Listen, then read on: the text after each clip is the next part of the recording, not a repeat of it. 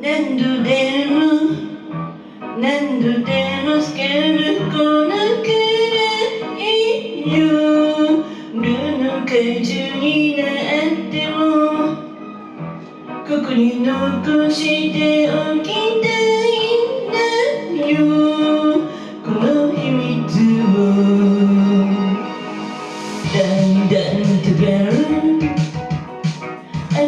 と青の印未来からの過去順々食べる何十回も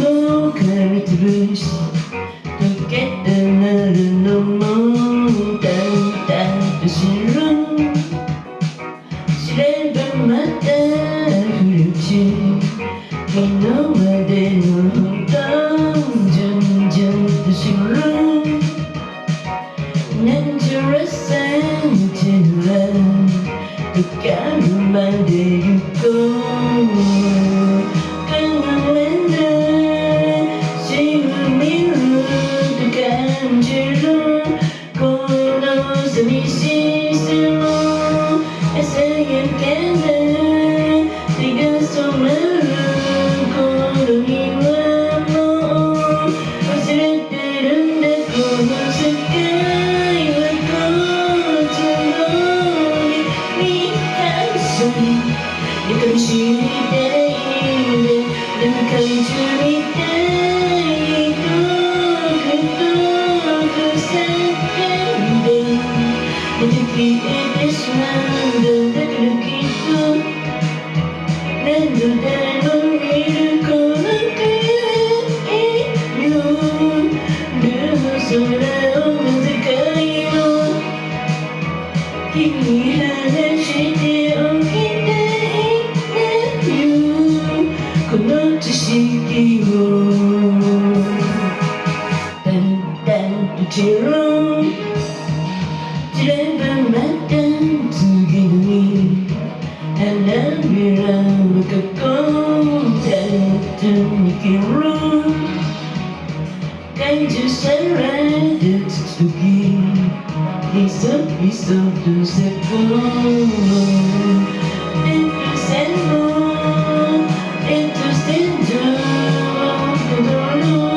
この寂しさの暗がりな目が覚める頃にはもう忘れてるんだこの世界は好都合に見返せ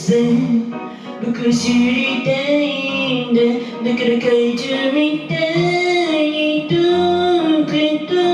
くへ叫んでただ消えてくんだでもこの未来は好都合に光ってだから進むんだ今ねこれも遠く遠く遠く叫んでまた怪獣になるんだ